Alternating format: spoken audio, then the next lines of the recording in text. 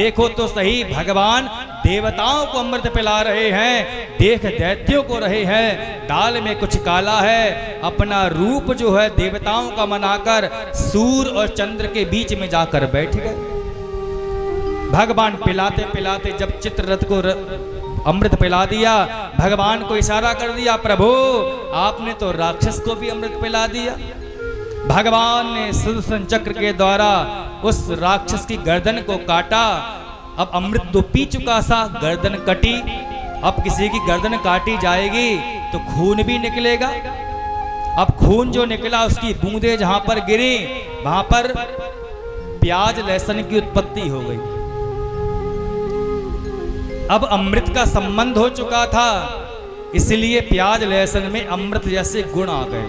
आयुर्वेद के अंदर प्याज लहसुन को औषधि रूप में बताया गया है, लेकिन उस राक्षस के खून से उत्पन्न था, इसलिए इसको तामसी बताया गया।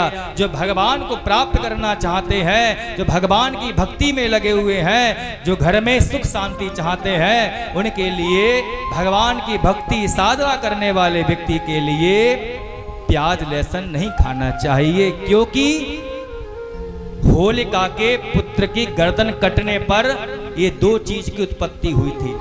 गर्दन का जो हिस्सा है वो राहु बन गया, नीचे का हिस्सा है केतु बन गया। पोल पट्टी खोली थी चंद्रमा ने और सूर्य ने, इसलिए जब राहु केतु सूर्य के साथ में आते हैं तो सूर्य ग्रहण पड़ता है, चंद्रमा के साथ में आते चंद्र ग्रहण पड़ता है। भगवान ने अमृत का कलश जो है वह देवताओं को पिलाया। अब लड़ाई हो गई, देवासुर संग्राम हो गया। देवासुर संग्राम में सारे राक्षस मर गए थे, क्योंकि अमृत पी लिया था। देवताओं ने बहुत पिटाई लगाई, तब राक्षस मर गए। राक्षसों का जो राजा है महाराज बलि, वो भी मर गया। एक दो राक्षस बचे। राक्षसों ने कहा भैया ये तो अमृत पी लिए हैं, ताकतवर हो चुके हैं, हम में से एक भी नहीं बचेगा, भागो भागो।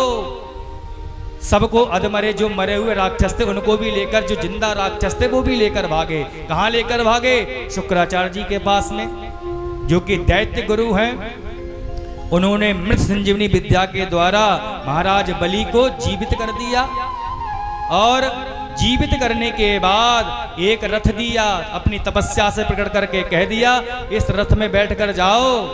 इंद्र की छोड़ो, अगर सैकड़ों इंद्र भी आ जाएंगे तो तुम्हारा बाल भी बाका नहीं कर पाएंगे। महाराज बलि तुमको देख तक नहीं सकते, क्योंकि दिव्य तेज का प्रभाव है। महाराज बलि गए, इंद्र देवता तो देख भी ना पाए। पूरे स्वर्ग को छोड़कर अपनी जो है गुफाओं में छुप छुप कर अपनी जान को बचाया।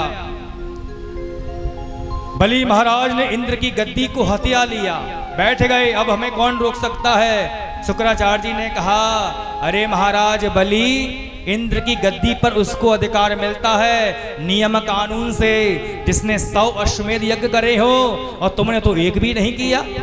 धर्म की मर्यादा, नीति की मर्यादा मानने पड़ेगी, वरना तुमको इंद्र नहीं बनाया जा सकता। यज्ञ करने प्रारंभ कर दिया। देवता पहुंचे कश्यप ऋषि के पास में, क्या करें? हे माते कुछ तो करें। कश्यप ऋषि ने जब कहा, कश्यप ऋषि ने कहा अरे अदिति, अगर तुम चाहती हो देवताओं के कार्य सिद्ध हो तो पयो व्रत करो, 12 दिन तक दूध पी कर रखना है, एक पुत्र की प्राप्ति होगी। एक पुत्र हुआ, भादों की कृष्ण पक्ष की द्वादशी के दिन उस पुत्र का नाम वामन रखा गया। बोल वामन भगवान की जय। गुरु दीक्षा का कार्यक्रम रखा गया, जनेऊ संस्कार हुआ। गुरु दीक्षा दी गुरु बृहस्पति जी ने, कहा कि अब तो हमें गुरु दक्षिणा चाहिए। भाई गुरु दीक्षा दी जाती है तो शिष्य जो है गुरु दक्षिणा भी देता है। बृहस्पति जी ने कहा ये छोटी मोटी नहीं चाहिए गुरु दक्षिणा, हमको तो स्वर्ग का राज्य चाहिए। कहाँ मिलेगा? बता दिया महाराज बलि जो है बहुत दानी है, उनके पास में जाओ, वो दान करेंगे। इतना जब कहा तो भिक्षा मांगने के लिए वामन जी जो है महाराज बलि के पास में जाते हैं, और भिक्षा मांगने के लिए जैसे ही जाते हैं महाराज बलि के तो मन को ही भगवान जो है वह मोहित कर देते हैं, और मन को मोहित कर देते हैं।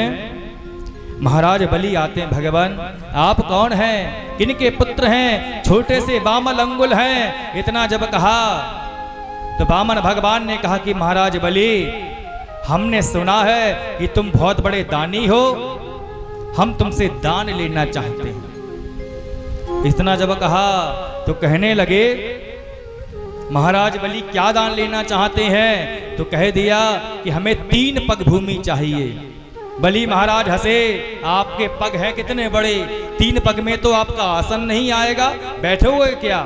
नहीं नहीं, वचन दे दो, आप जो वचन दीजिए कि मुझे 3 पग भूमि दान करेंगे आप।